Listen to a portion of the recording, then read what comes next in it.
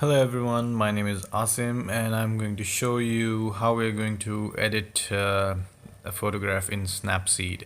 So this is going to be my first tutorial and I will tell you how we can add a few tweaks and tweaks to the photograph. So without any further ado, let's get started. Okay, for this tutorial I'm going to use this image that I took at Lajpat Nagar Market, New Delhi. I'm going to turn it into this image just using Snapseed and no other editing software. So let's get started. Alright, so as you can see, we have opened this picture in Snapseed, and what we're doing, this is open in RAW. So what we're doing, we're just adjusting the contrast, the shadows, the exposure level of the overall picture so that we can proceed with the editing. Now I'm just trying to adjust this picture as per the conditions that were there at that time. So see, if you see, let's crop it to the actual aspect ratio that we want to keep it. You can make sure if it is 5:4 or 7:5, whatever you like. So I will take it in a landscape mode, so I'll just keep it 7:5. All right, a little bit more. Yes, here we go. Okay, now click on tools, go to your perspective. So I'm just going to align the lines so that it looks straight. It is straight, but I'm just adjusting a little bit. Okay, now it's okay. Now go to tools and you can go to curves. This is the first part that I use to edit my image. So what you're going to do is we are going to give it a faded look. That is one of the favorite looks that I embed in an image. So we're just going to lift a little bit of the shadows and adjust the brightness as per it. So if you drag this curve from the bottom end towards the upside, what it does is it lifts the shadows a little bit, which gives it a faded look. It looks like a dreamy image. So that is what I'm trying to do here. So I'm just adjusting the curve. See, the S curve is the most basic and the most loved one.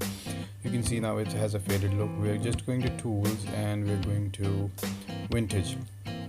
Now if you want a faded look, it should also look like a photograph that has kind of that sunset essence. So though it was not the sun was not in the frame, however the time of the day was exactly around 5 or 5:30 in the evening. So I'm just going to give it a little bit of that vintage look so that it looks like that the sun is setting down and all the lights in the shops that you can see in this image are actually bulging out and coming out of the shops and actually lightening the entire pathway.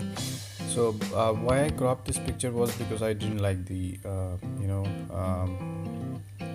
cars in the frame, so that's why I cropped it. I actually wanted the people to focus on the lights and the essence of the photograph.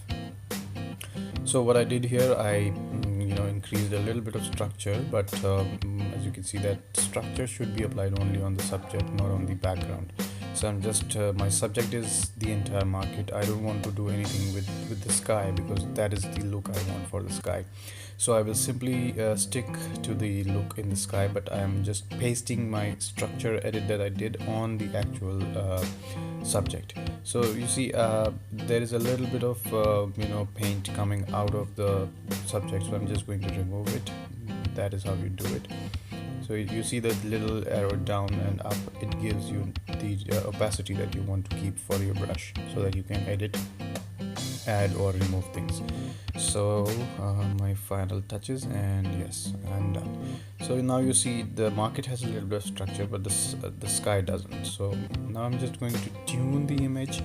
I'm moving a little bit faster because I want to make this video within 10 minutes. So I don't want to keep you hanging around, and so that we're going to edit a photograph in 10 to 15 minutes. I don't want to do that.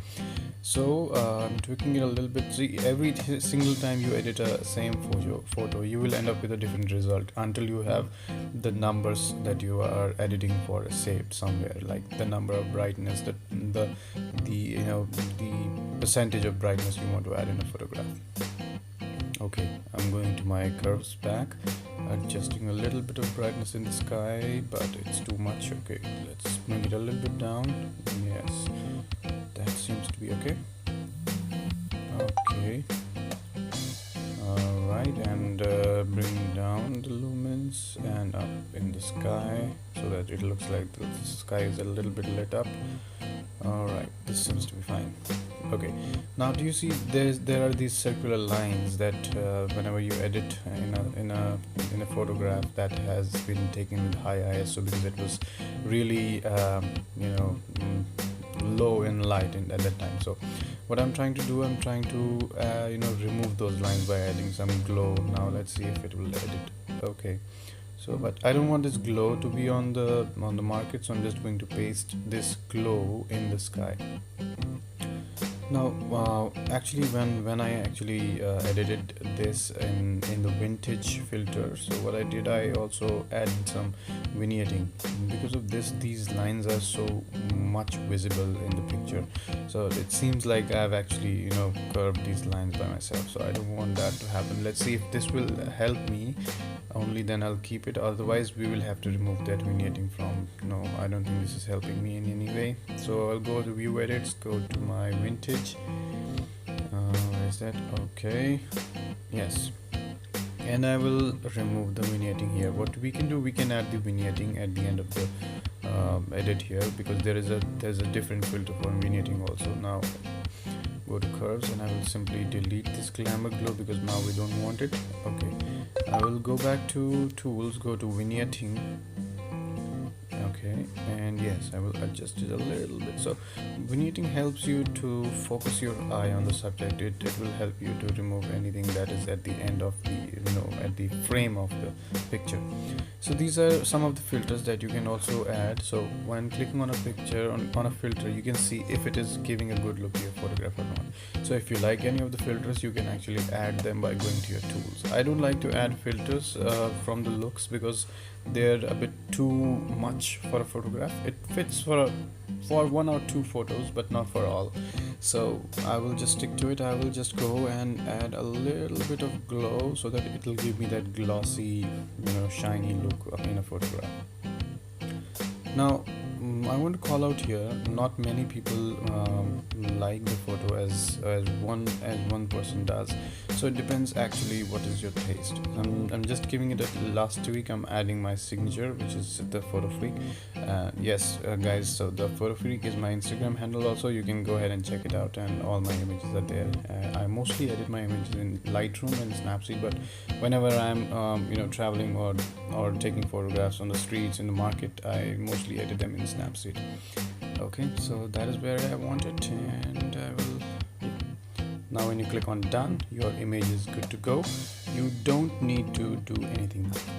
Yes, this was the actual image, and this is the final look that we have given it to. I hope you like this image.